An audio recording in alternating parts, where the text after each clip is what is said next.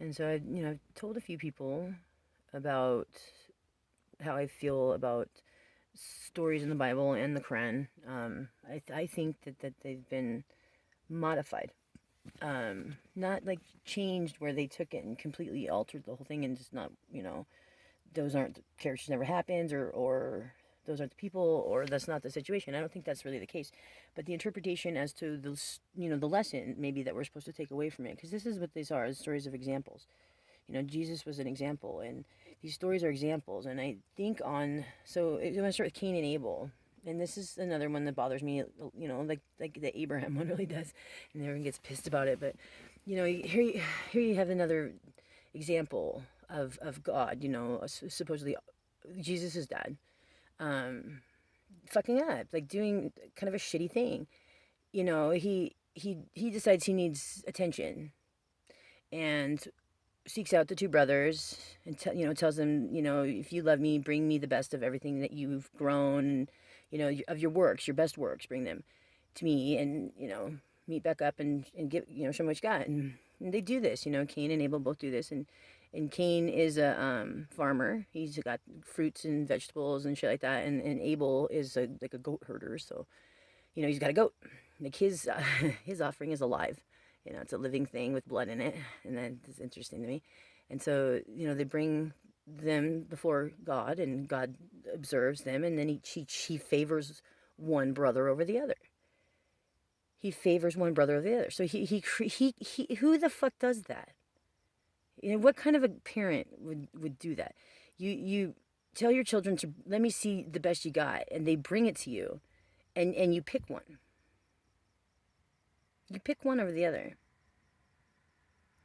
And everybody thinks, Cain is such a bad guy, because he, killed Abel in the end, so we judge him before we ever meet him. But who created the jealousy within him that brought the murder, which, is supposedly the first murder that had happened? Who fostered the environment that brought about that feeling? So it's like the challenge, Satan, we have good emotions, bad emotions, how they're triggered and how we handle them. And those two, they're brothers, and I assume they had gotten along just fine until this had happened. They wouldn't have I feel like they wouldn't have the concept of jealousy until that came about. And who the fuck does that as a good parent? And here we're talking about God, the supreme parent, the perfect parent, the one that feels everything, and to the idea that he would, God, Jesus' father, would create that situation, and then proceed to the conclusion to do what he did to create the jealousy that eventually brought about the death of the brother. And so, it's like I highly doubt that Abel was just a mirror and oh yes, I'm humble. I mean, he was probably like, motherfucker, I got you, motherfucker, I'm the best, and he's probably bragging all over fucking town about how his shit was better because God had told him so. Who he thought was God, the same person or same thing talking to Abraham that he thought was God too. So you have the Cain and Abel story, and then you have the prodigal son. Both of them exhibit, the two sons, the father choosing one over the other, and the outcome of that. And so we take the story, and because we think it's Jesus' father, and we think that it's God, we think that he made the correct choice, and this was the right thing to do, and this doesn't make sense because we know that that's not. And the reason we know that that's not the right thing to do is because God put that in us. So it violates that feeling of correct, And so we demonize Cain, and we don't look at him as the victim in the story. And the truth is he kind of was. He kind of was. It's like who what kind of God doesn't need his ego stoked. Okay, Cain and Abel and Abraham and Isaac, those are perfect examples of supposedly God requiring things from his creation, his creation, that simply is to stoke his ego. Prove your love to me. Prove how awesome I am. Let me have the best of everything. Kill your kid for me. And we attribute these behaviors to our God, Jesus' father. We do this. And we justify the stories by thinking, okay, well, Isaac was complicit. He must have been because he didn't run away. And, Cain was just a motherfucker. He was just a complete asshole. Look what he did. He killed somebody. But what brought that about? That's where the source of the problem is. And that's where the conflict is. And this is where I stand. My God that I know would never fucking do that. Would not ever do that. People argue this all the time. Well, he can do whatever he wants. He has the right to test his prophets and blah, blah, blah. And it's like, you're absolutely right. He does. He does. He has the right to do whatever he wants. As we're his creation. He can do whatever. Does that mean that he would, though? Does that mean that he would, though? No. He is above the need for petty reassurance. Cause it's kind of like saying that God is so insecure that, this God that you follow, he's so insecure, you need to be aware that you might just have to kill your kid at some point in order to keep him happy. And that doesn't match anything at all that I believe to be about God or Allah or the one true God. It doesn't. It flies directly in the face. In fact, it contradicts. So, and this, I don't know why this bothers people so badly. This is just a different way to look at it. It isn't negating God. In fact, I felt relief when I started to come to this understanding because I've never been able to handle that shit. The river of blood, or the trail of blood, I think they call it, and the sacrificial shit, and they cut the animals in half, and each side in front of whatever, and the blood run down the middle, and they're supposed to walk up the blood, and the blood in the ground, and it's always blood. That God in the Old Testament is just blood, blood, give me blood, give me blood, give me blood. It's fucked up. It's very demonic. I don't want to even say Satanist because it's not quite the same connotation. Luciferian, maybe. It's fucking gross. It's fucking gross, and it's pathetic, and it's sad, and it's like, give me the blood because that's the lifeblood. That's what that's what I want. That's what I get, and I just, God damn it, God damn it, my God is not like that. He's not, and I say this too, and people get pissed, but the truth is if that really is God, if that really is, and that might be a possibility, you worship me, and then one day I may fuck him, then fuck him. Because that ain't no God that I want to follow. I'm not so desperate and so pathetic that I would just have to be part of the pack. If that is God and everybody's going to follow some motherfucker that wants you to kill your kid and creates jealousy and causes people to kill each other because they all want to please him, then fuck you all. I don't want to be any part of that at all. And if those are the people that go to heaven, then that's okay. I'll go see what hell's about because that would be hell. To be in heaven with people like that would kill their own child and agree with that kind of parenting. And this is what I'm seeing, watching this Muslim crap with the lies, and the damage to the kids has really been an eye-opener. And I feel that there's a lot of truth to this theory in line with that, the propagation of disgusting, and that's kind of where it's gone to. You're talking about a group of people whose culture, relies on ass fucking and materialistic bullshit and, appearances. Appearances. And what drives that? What drives that? Jealousy. The desire of status, to be over other people. I have better stuff than you. My stuff's more expensive. It's, I'm a better Muslim. I'm better. And that's all that right into the Cain and Abel story, It's a jealousy. It's a, I want to please God the most. I want to be the best daughter. I want to be the best son, and you're trying to be to the God that you're following, or that everyone, Abraham's God, because that's what he requires. Blood, bullshit. He wants you butt fucking. Absolutely. He doesn't want you to follow Islam at all. Those are good principles. He wants you to be fornicating before marriage and doing things that are against Islam because that's what his goal is. And it's working. It's working. And it's not that difficult to mislead people because we just kind of want to go that way. We're imperfect. And it's a struggle to fight against the entropy, but, it's not impossible. And the self-lies is where it ends. It's where it ends. That's how it just is never going to stop. Because until you fuckers admit what the fuck you're doing and then acknowledge the fact that it's fucked up, or, like I said, change the thinking. Break off into your own buttfuck group. Become Muslim buttfuckers. You know, you're allowed to do that too. But don't try to warp the religion and try to make it be that somehow the religion is okay with your fucked up actions, because that's not true. That's not the case. And that's a dishonor to Allah, who, my God. And so I don't think the God of Abraham is my God.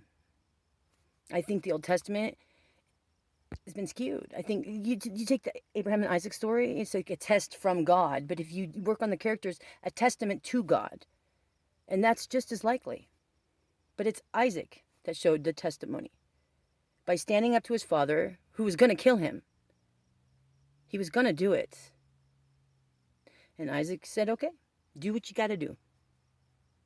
But he knew that God would protect him. And then we give the credit to the motherfucker that created the situation just because he had a change of heart. We give him the credit for the miracle that Isaac didn't get killed.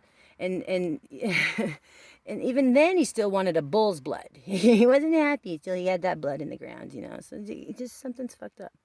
Something's fucked up. And the books have been interpreted and interpreted and interpreted. You got when you interpret, when you change languages, truncation. It's called truncation. Truncated. It happens. They truncate the information. And it's like a zip file where it takes out some of the metadata, what it considers not important. You know, and each compiler that does the translation has its own set of protocol as to what's important. So what starts off as 3 sentences can turn into 2 words by the time it gets interpreted, because it gets smaller, more concise, but it doesn't get more accurate. Okay, the devil's in the details, and it's true. We lose the details, we lose sight of the big picture. It's like clunk, clunk, clunk, you got big, but there's so much more information. We're not getting it because it's been translated so many fucking times. Just on that alone. Then you factor in very likely programming errors, words incorrectly, with both meanings, 3 meanings, gets wrong. And as it goes on, it goes on, it goes on. And this is how true the word is it has gone this long and this far, and it still maintains the semblance of what it is. But it's off a little bit. You know, and instead of accepting that and looking into it as to, okay, what doesn't quite match, which to me is a God that, you know, creates jealousy, that wants you to kill your kid, that puts you in these fucked up positions because of his ego, and adjust that. Not adjust us, because we were meant to think that was fucked up. We were meant to feel, ooh, when we thought about him having to kill his kid, because that wasn't correct. And that was the programming instilled from our Father, from Jesus' Father, from God. The one we should be following. That everyone thinks they're following. Not everyone. Some people know who they're following. But the world is being misled. And I think that's how. You know, and it's difficult, you know. It is. You have to go back through and look at these stories differently. I had a friend that went through, and this was years ago, he was onto this stuff. And it reconciled so much for me, but I still didn't quite understand. In the last couple of years, it's really kind of come clear. And I'm still having, you know, epiphanies, I guess you could say. That I'm like, I can logically make sense of this, the character count and firewalls. Even if I just look at it that way, this is, how could it have not happened? You know, when it happens here, it happens here. This is the way information is transmitted. There's no fucking way that the word is exact and hasn't been at least truncated. And if it's been truncated, I know from personal experience that changes everything, just from all that shit I went through the banks, you know. 1, 2 words, you know, account closed. And it turned into everything in the shit show. But the truth was, it wasn't my account. The rest of that information was there. It just wasn't, you know, in English words where we were seeing it. So truncated. It's really not great, you know. But it's necessary for the transmission of information. It's going to lose it anyways, you know. So they want to make it, but it doesn't work because it's like the game of telephone. Like I said, the details get missed, and then the next thing builds off of that, and that detail was important, and pretty soon the picture's not anything like it was supposed to be. So we have the basis of the story, you know. Abraham had been being visited in his sleep. You know, and he and Isaac talked about it, and Isaac told him, whatever you do. You know, but nowhere in that story, either from the Bible or the Quran version either, does it really, to me, give any conclusive evidence at all that Isaac was complicit. When I see it, I feel that he was pissed off. And he was sick of it. And he was, you know, his dad had been at him, and his dad hadn't been sleeping, and he's going, knock it the fuck off. You should know better, motherfucker. Okay, fine. Do what you're going to do. And then he leaves. Because he's pissed, is how I feel. And he goes and lets him, whatever, gonna let it do it. Then you do it, motherfucker. And it doesn't work out that way. And again, we give the credit for that to the motherfucker that set up the whole thing. The same one that drove Cain to kill his brother. All in the quest to do nothing more than what everybody... What was Cain's sin? What was Cain's sin that deserved that? He was a farmer. He brought the best of his crops. That was the best. And I highly doubt it was shit. You know, it was just because the blood. The motherfucker wanted blood. So that wasn't good enough. But it's not because it wasn't good enough. That's dysfunction. That's the root of dysfunction. The start of it all. And look what it caused. The creation of jealousy, which eventually led to the murder of his brother. And we all condemn Cain for that. We condemn Cain like he's just a fucking asshole. And he's been an asshole his whole life. And what's wrong with him? You know? And then we excuse the Abraham story with, well, he didn't make him do it. You know? And he has every right to do what he ever, you know. But again, think about it. Does that mean he would? And for those petty reasons, you're calling God, your gods, you're calling him petty. And you're saying that he experiences such pathetic, you know, emotions that like that. It's like, I feel he's above jealousy. I think this is why he's God. Okay? I don't think he goes through jealousy. I don't think he can look at anything on the planet anywhere and anywhere else and be jealous of it. I really don't. But my God is a jealous God. You know, that's even in songs and shit that people sing. That's weird to me. Okay? But if you remove the idea that Abraham's God is Jesus' father, all that shit goes away. And it negates the bullshit. And the story stays the same. It doesn't negate God. In fact, like I said, it makes it so much better. Because it's wonderful to know that God would never ask you to do that. That's the God that I want to follow. That's the God that I want to worship. That's who I would be with. You know, and again, I'm not ashamed to say this. I don't give a crap. I think you're fucked up if you agree that those are the correct interpretations of the story and that you would do it too. To show your love to God, that a God would ask you to do that and you would do it, is fucked up. So judge me for not being willing to follow a God like that. I think you're fucked up if you would. And that's the truth. But this doesn't negate either way. This still it's a true story. It's a lesson to be learned, you know. And again, the idea is with the parenting, the Supreme Father, you know. But we interpret the bad results as the good, because we interpret Abraham's God to be the God that we're following. And but his way of doing things causes problems. And the Bible stories, you know, it's like they're trying to warn us of that. Look at what would happen. Okay, if you favor one child over the other, you create this emotion that causes this, and it ends nowhere good. I think that's a fantastic lesson that people could take to heart and apply, you know.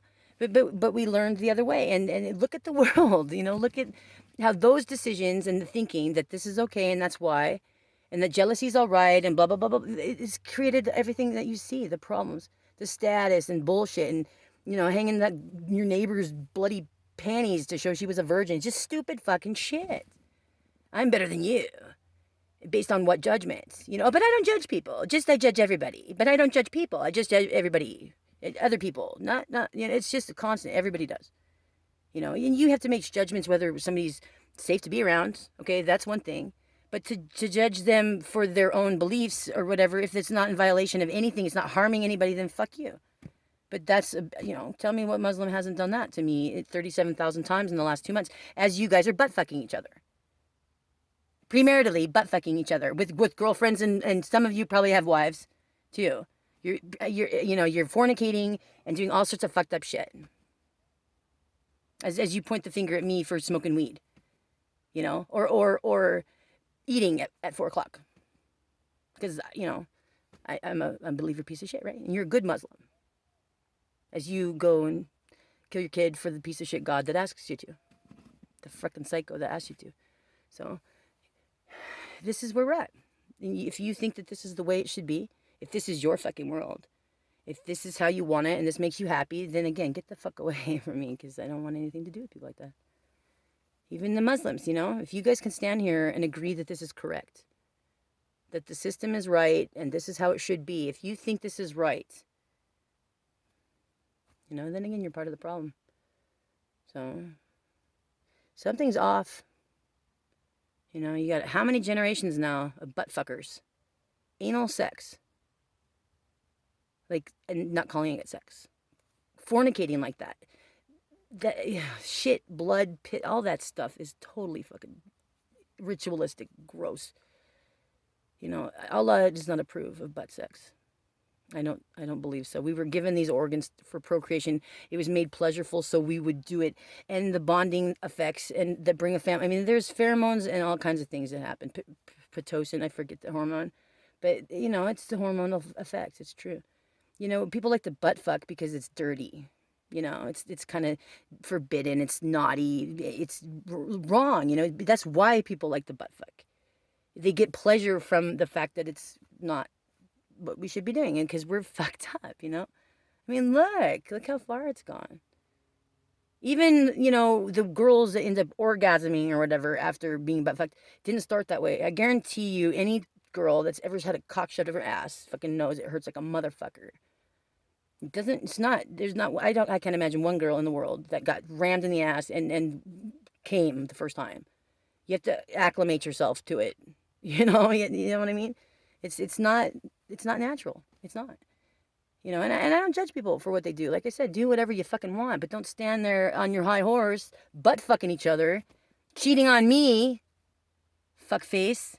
I no do sex never with nobody. Well, you're butt fucking people. That's again. Do you think this is Allah? This is a standard of His? Do you think this is how He would handle things? Because that's what you're supposed to represent. You're supposed to care about other people in general, And you just, I don't know. Anyways, Christians are fucked up too. I'm not saying that. And they've got Catholic priests raping boys. And it seems there's a lot more of the boys getting hurt than the girls lately anyways. It's been a kind of a trending pattern for a few, 6-7 years. I kind of seen a shifting where I think we need to watch our boys. I mean, our girls are, watch our girls too, but I think our boys are getting snatched up and they're getting hurt because we're too busy watching the girls, so I don't know. Just watch the kids. But I don't know. It's too late. It's all going to go to shit. It's all going to go to shit. And you guys, you propagate the bullshit and this, here we go. Wrong. You're wrong thinking, you're wrong actions. You train your kids wrong, then they grow up to be like you. And it's just, look at where you're at. You're butt fucking each other. And not calling it sex. You're butt fucking each other. And walking around, like I said, with your fucking asshole falling out of your underwear. I'm a virgin. How fucked in the head do you have to be? How fucked in the head do you have to be to literally get your ass reamed out and think you're a virgin still? It's just mind-numbing. And other thing too, how fucked in the head do you have to be to ream her ass out and then still think you married a virgin? Why is that too? To protect your reputation and her reputation, and who gives a fuck about the truth? Well, why don't you just try not butt fucking instead? Try being the good Muslim. Keep your cock out of asses. Don't put cock in your asses. Get fucking married like you should, and fuck your wife like crazy, because they very much tout that. There's all kinds of shit on there. I was totally shocked. Not shocked, but I was like, there's all kinds of stuff on Islam that talk about that, and your wife is supposed to be a whore in the bedroom, but be demure, what they call it, princess and freak in the sheets, princess on the streets or some shit. This is encouraged by the religion. Like, yes, you throw away your shyness and enjoy this, have fun and be, so there's really very little limiting. And there's multiple scripture that specifically says don't fuck your wife or women in the ass. They call it the back corridor, and one of them, at least the translation, do not go and, fornicate up the back corridor, it said. But I suppose you could take that to mean they're talking about a building somewhere. In the mosque, there you go. They're not talking about her ass. No, there you go, I saved you, okay? They're talking about the back corridor in the mosque. As long as you don't fuck back there, it's okay. They're not talking about her ass passage. That's still all, that's still, go ahead. God. I don't know. These stories are interesting. I wish somebody would, come up with a different story. Let's discuss. There's another way to look at it. What's the word count? Who's the characters? And what's the lesson we're supposed to take away from it? It's interesting. So, anyways, I know nobody watches these, nobody cares, and I don't really care either. It's just for me to feel like I'm part of the world, because I'm not.